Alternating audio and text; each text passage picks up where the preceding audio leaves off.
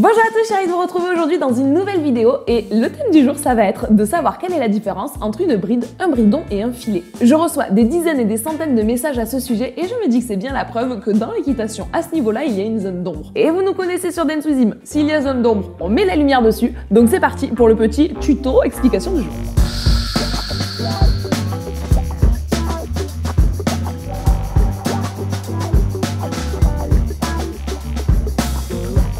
Pour reprendre de la base, la bride, le bridon, le filet, ça fait partie de la famille des harnachements. Ça va être une partie de cuir ou une partie synthétique que l'on va mettre sur la tête de son cheval au travail de façon à pouvoir le diriger. La première chose, c'est que le bridon et le filet, ce sont des synonymes. C'est exactement la même chose. C'est donc un harnachement où il y a un seul mort qui va vous permettre de diriger votre cheval et c'est généralement le premier avec lequel on apprend à monter à cheval. Mais pourquoi on s'embrouille alors à avoir deux mots pour parler de la même chose? Eh bien, c'est qu'on a fait un raccourci. En effet, le vrai mot pour parler de cet harnachement-là, c'est le bridon. Et le mort s'appelait le mort de filet. Puis petit à petit, on a pris un raccourci et on a gardé plus que filet pour définir l'ensemble de l'harnachement, alors que ça devrait être un bridon avec mort de filet. Bref, vous avez compris, aujourd'hui on dit bridon, on dit filet, peu importe, les deux sont ok, mais étymologiquement parlant, c'est plutôt le bridon qu'il faudrait dire. Rentrons maintenant dans la deuxième partie du sujet, qu'est la bride, et là, on se casse un petit peu plus la tête. En effet, cette fois-ci, cet harnachement n'a plus un mort, mais bien deux. Un mort de filet et un mort de bride. L'appellation mort de filet dont nous parlions dans la première partie de la vidéo, vous la comprenez mieux maintenant. C'est pour ça qu'on parlait d'un bridon avec mort de filet et d'une bride avec mort de bride. Et c'est pour ça que petit à petit on a dérapé, filet, bride, c'était plus pratique. Revenons à nos moutons, pourquoi y a-t-il deux morts sur une bride? Eh bien déjà ça va être un type d'harnachement qui va être destiné à un cavalier un petit peu plus expérimenté. En effet, quand on débute en équitation, on a déjà bien assez de choses à s'occuper lorsqu'on n'a qu'un filet avec un seul mort. Sauf que petit à petit, on se rend compte qu'on a envie d'aller chercher un petit peu plus loin le contact avec la bouche de son cheval, l'ouverture de l'angle tête encolure, l'abaissement de la nuque, etc., etc. Et toutes ces données vont pouvoir être affinées grâce au fait que le cheval ait deux morts dans la bouche. Le premier donc, ça va être votre mort de filet. Celui-ci, sur une bride, sera obligatoirement à simple brisure et assez fin. C'est celui qui va venir se positionner à la commissure des lèvres, le plus haut dans la bouche, et il va justement agir sur la commissure des lèvres. Il va permettre principalement de pouvoir gérer la direction du cheval, mais également la tension du dos. Le deuxième mort, ça va être le mort de bride. Celui-ci est obligatoirement droit, c'est-à-dire sans brisure, mais il peut être droit, avec passe-langue, avec pompe, mais de toute façon, si ça vous intéresse, on vous fera une vidéo entièrement dédiée à la bride avec grand plaisir. Rappelez-vous, on disait que le mort de filet agissait sur la commissure des lèvres, et bien le mort de bride, quant à lui, va plutôt agir sur les barres. Vous avez la partie sans dents dans la bouche du cheval. Le mort de bride est agrémenté d'une gourmette, c'est-à-dire une succession de petits maillons qui viennent se placer en dessous de la bouche du cheval, parallèle à la muserolle.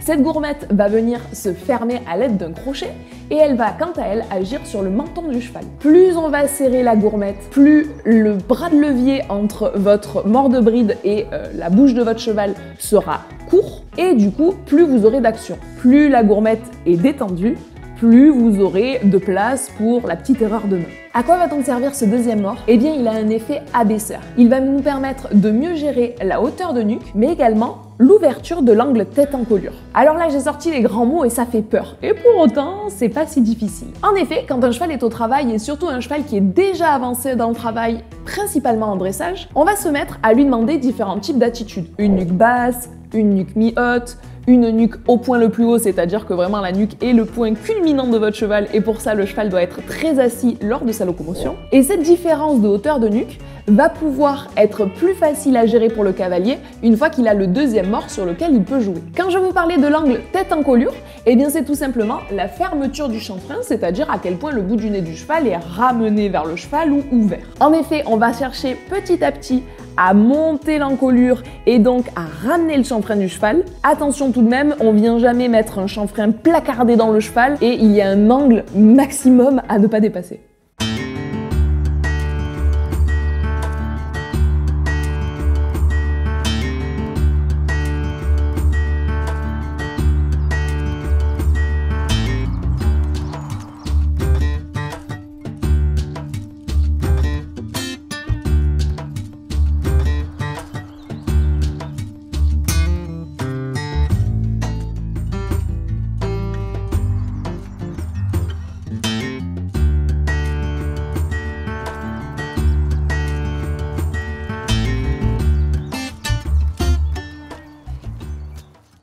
L'ensemble des deux morts, filet et bride, va également aider le cavalier à avoir un cadre dans le travail latéral et à être encadré. Comme vous le voyez, il y a plein de points positifs à utiliser la bride et c'est pas pour rien que c'est un harnachement qui a autant de succès, y compris chez les cavaliers de Grand Prix. Pour autant, j'insiste vraiment sur le fait que c'est un harnachement qui est interdit tant que le cavalier et ou le cheval n'ont pas atteint un certain niveau. En effet, tant que le cheval n'est pas tendu en avant, stable sur la main, sur un simple mort de filet, on va pas aller lui rajouter un deuxième mort de bride. Deuxième chose, qui dit un petit peu plus de frein devant, dit un petit peu plus de jambes pour du mouvement en avant. C'est pourquoi il n'est pas rare de coupler l'utilisation de la bride à une petite paire d'éperons, mais là je m'égare et je suis en train de partir dans tous les sens. Comme je vous le disais de toute façon, si ça vous intéresse, je serai carrément partante pour vous faire une vidéo 100% dédiée à la bride parce que je pense que c'est un outil qui est très intéressant et qu'il est important de comprendre, même quand on n'a pas encore le niveau de l'utiliser. Dans cette vidéo, je ne veux pas vous en mettre plein la tête sur plein d'informations extrêmement techniques, ce n'est absolument pas le but. Mon idée c'était vraiment de répondre à la question différence bride, bridon, filet. Vous avez donc compris qu'il n'y en a en fait que deux types, bridon et filet versus la bride. Évidemment, je ne peux pas m'empêcher de faire un énorme disclaimer en disant que de une, on n'est pas obligé d'avoir un mort dans la bouche de son cheval pour s'en sortir. La preuve avec la petite vidéo que je vous ai faite juste ici qui montre qu'on peut très bien monter un cheval de sport en cordelette. Et la deuxième chose, c'est que, encore une fois, je le répète, mais je le répéterai à chaque fois, une bride ne se met pas dans les mains de n'importe qui. Évidemment, si vous êtes encore ici, c'est bien sûr que vous êtes la team Denswizim, la vraie de vraie. Donc on n'oublie pas de lâcher son petit pouce bleu, de s'abonner à la chaîne, vous savez que c'est extrêmement important pour nous, ça nous soutient dans tous nos projets. J'espère que cette vidéo vous a plu, vraiment. Dites-le moi dans les commentaires, dites-moi si vous voulez une autre vidéo sur la bride, dites-moi quelles idées de vidéos dans l'ensemble vous aimeriez qu'on aborde. Je vous fais tout plein de gros bisous et je vous dis à très bientôt.